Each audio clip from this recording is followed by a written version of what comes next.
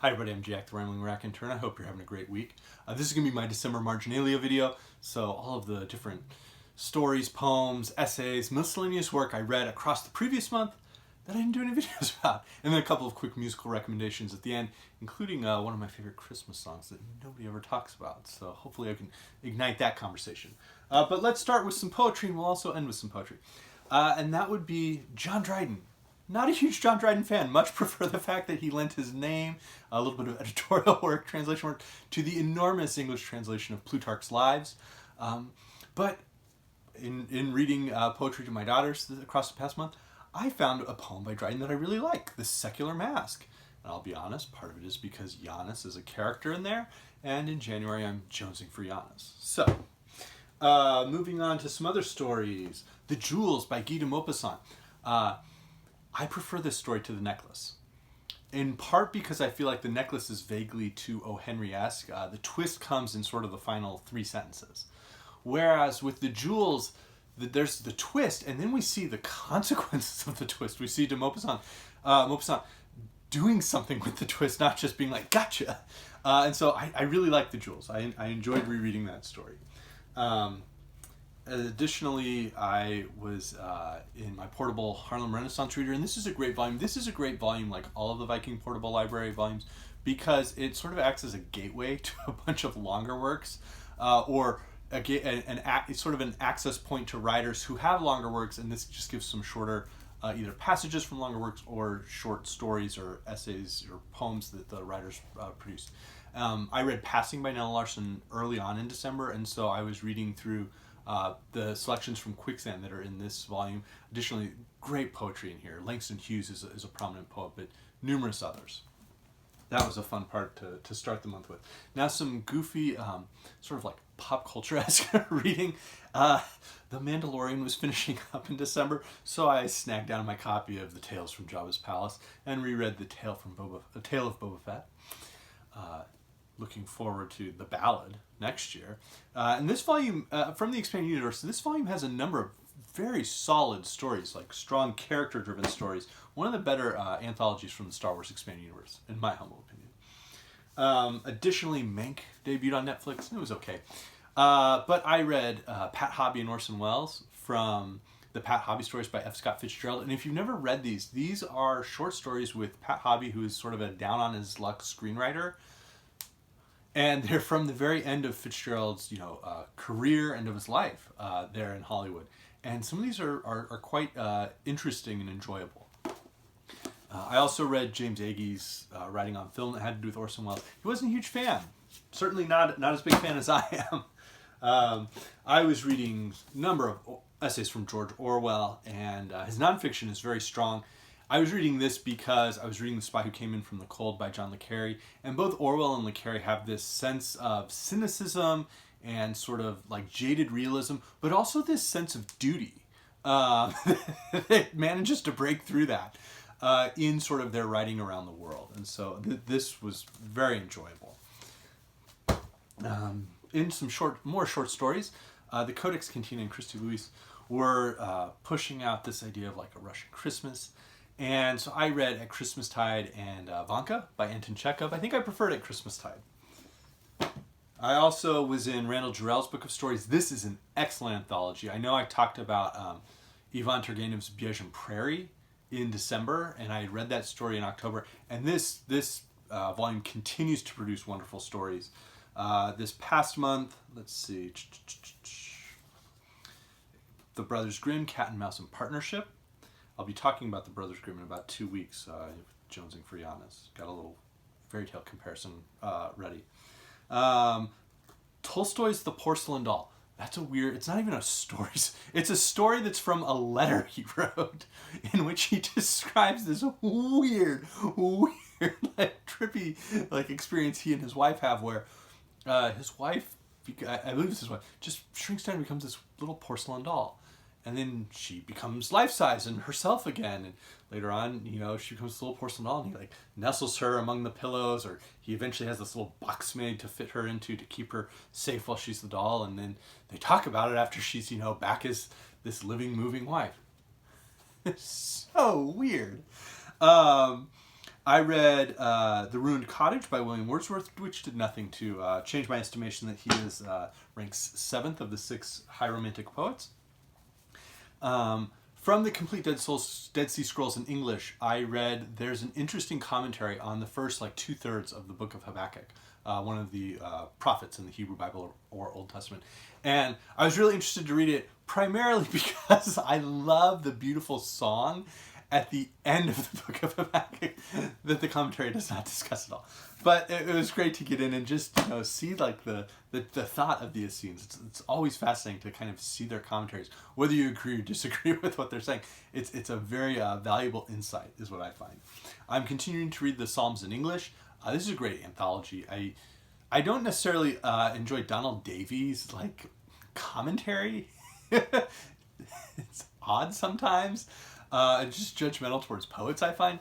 But the selections are tremendous. And specifically, one of the real highlights was a group of the first 8 Psalms and English translations that John Milton did when he was fairly young, across a week and a half, 2-week period.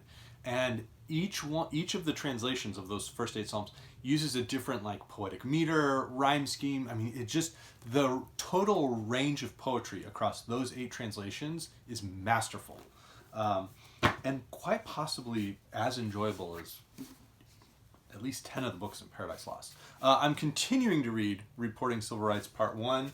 I will likely finish that next month in February. I am continuing to read the Journals of Emerson. We are seeing an Emerson who is a little bit more concerned with abolition and slavery, from certainly the man who was 16 or 18. And then a Christmas gift to me from my wife was the Shahnameh, or the Persian Book of Kings, by Abolqasem Ferdowsi. Not sure on that pronunciation. This is amazing. This is not just a masterpiece of world literature, but it's just a masterpiece. I love this book. I've been reading one sort of tale or chapter or section each night since I received it, and it has been a delight. I love this book, and I look forward to discussing it in much more length in the future. Probably, I don't know if it'll be this month, next month, or in March, but this is wonderful. If you've never heard of it, I highly, highly recommend it. And this translation by Dick Davis is quite good. Now, moving forward into the Marginalia. Sometimes one work stimulates a huge amount of Marginalia reading for me. In December, that work was Circe by Madeline Miller. And sections from each of these were in my reading because I was reading Circe. So, of course, The White Goddess by Robert Graves. There are passages on Circe. There are also passages on Herne the Hunter or Herne the Huntsman, and on stag cults. And I read both of those as well from The White Goddess because I was reading The Gallows Pole, and there was this, these fascinating, strange passages involving stagmen out on the Yorkshire moors. Ovid's Metamorphoses, of course, there's a number of passages involving Circe here. Famously, the transformation of Glaucus, and then the horrifying transformation of Scylla. And it was interesting to compare what Ovid has to say about Circe and Scylla and what Madeline Miller, 2,000 years later, writes up, and shifts kind of our thinking around that story in a very excellent way. And then the Heroides, and these are poetic letters from mythical characters to and from each other. The one historical exception to that is Sappho writing a letter to Phaon. But from this, I read Heroides 10, Ariadne to Theseus. Again, connecting to Circe. I read from the Odyssey, not just the book set on Circe's island, but the other one in which she, helps Odysseus reach the underworld, and that's just a whole terrifying scene in and of itself. And then, of course, back to Robert Graves. In his Greek myths, numerous passages on Circe. Herne popped up once, so I read that as well. And then we close out, let's see, a story that did not pop up on that Russian Christmas, but one that kind of works. The frame story of the story is set at Christmas time was The Sealed Angel by Nikolai Leskov. It was recommended by Trip Reads. Great recommendation, great story. Kind of a longer short story, but this really fascinating exploration of a sort of I don't want to say fringe, but not oppressed, but like minority religious group within the Russian, Orthodox communion, and their specific worship, and then how they're brought into the Orthodox Church.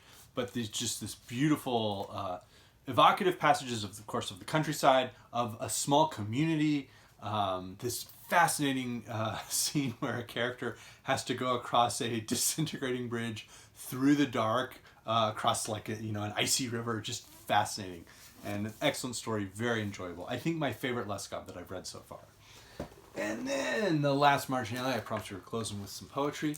That would be the Anchor Bible commentary on translation for second Isaiah, the second half of Isaiah. And the translation by John Mackenzie is excellent, legitimately excellent. And the commentary around the different Zion songs and the servant songs are also very, very perceptive.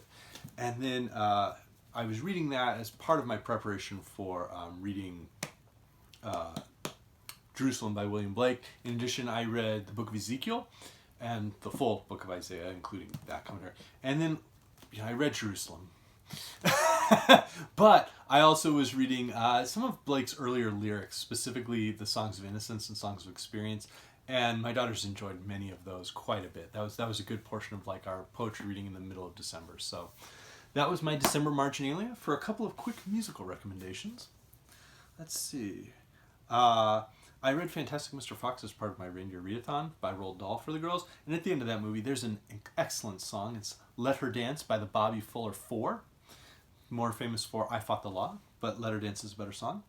As I was reading about the stag cults, there was an interesting concept where Graves was drawing attention to the famous paintings in the caves of Altamira. And so, of course, that made me think of the song I love by Steely Dan, Caves of Altamira. And then a Christmas song that I'm going to recommend, and maybe you've heard of it, maybe you haven't. Merry Christmas, Everybody by Slade. Great glam rock Christmas song. So that was the December Marginalia. Let me know if you've read these. Let me know if you're just any ideas you have on what I should be shifting my reading to. And let me know what you think of the music. Again, hope you have a great week.